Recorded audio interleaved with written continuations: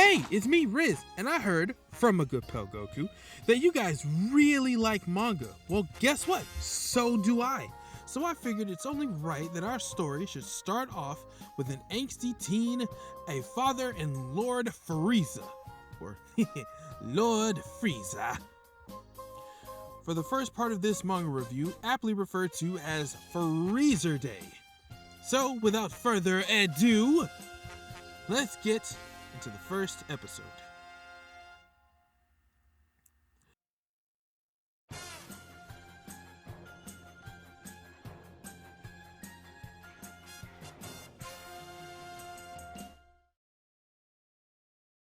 Our story starts off, more or less, with Gohan and Krillin flying towards Frieza, minus the I. And they're talking about the power level of Frieza.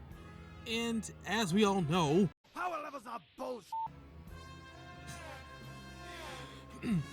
As Gohan and Krillin fly towards the site where Frieza is said to be, given what we know from this conversation, they both have a look of wonder on their faces. Like, could this really be him?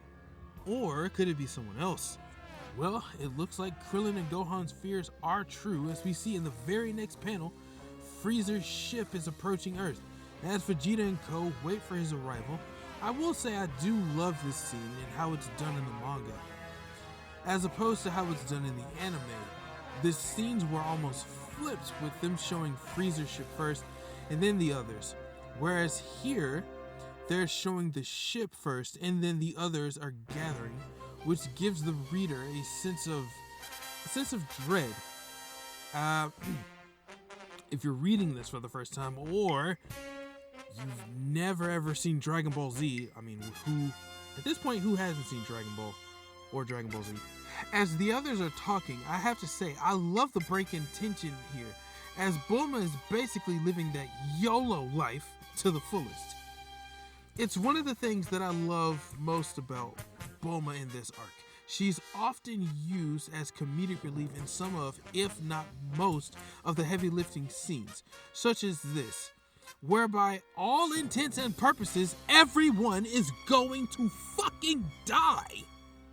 But nope, here's Bulma just saying, fuck it, we're all gonna die anyway, so I might as well see what he looks like, right?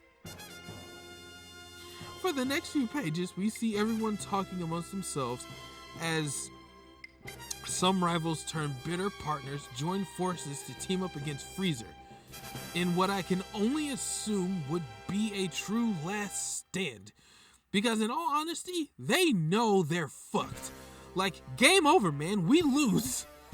The level of tension that is just dripping from the pages here is insane.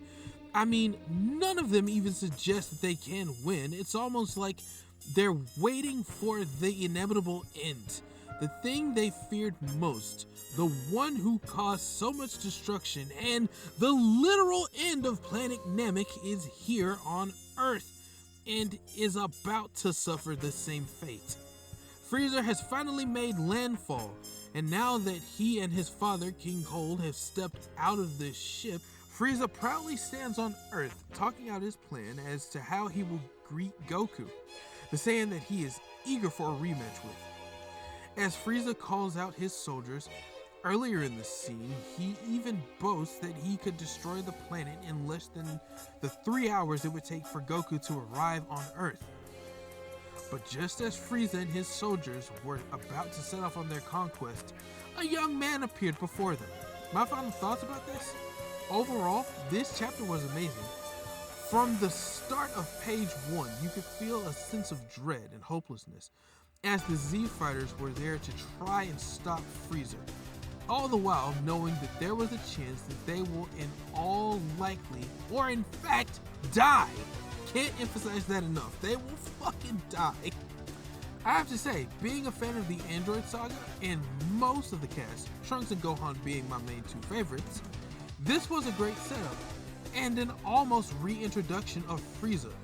Of course we know of him from Planet Namek, but seeing him here just gives you a sense of wonder, showing the power and magnitude of Frieza.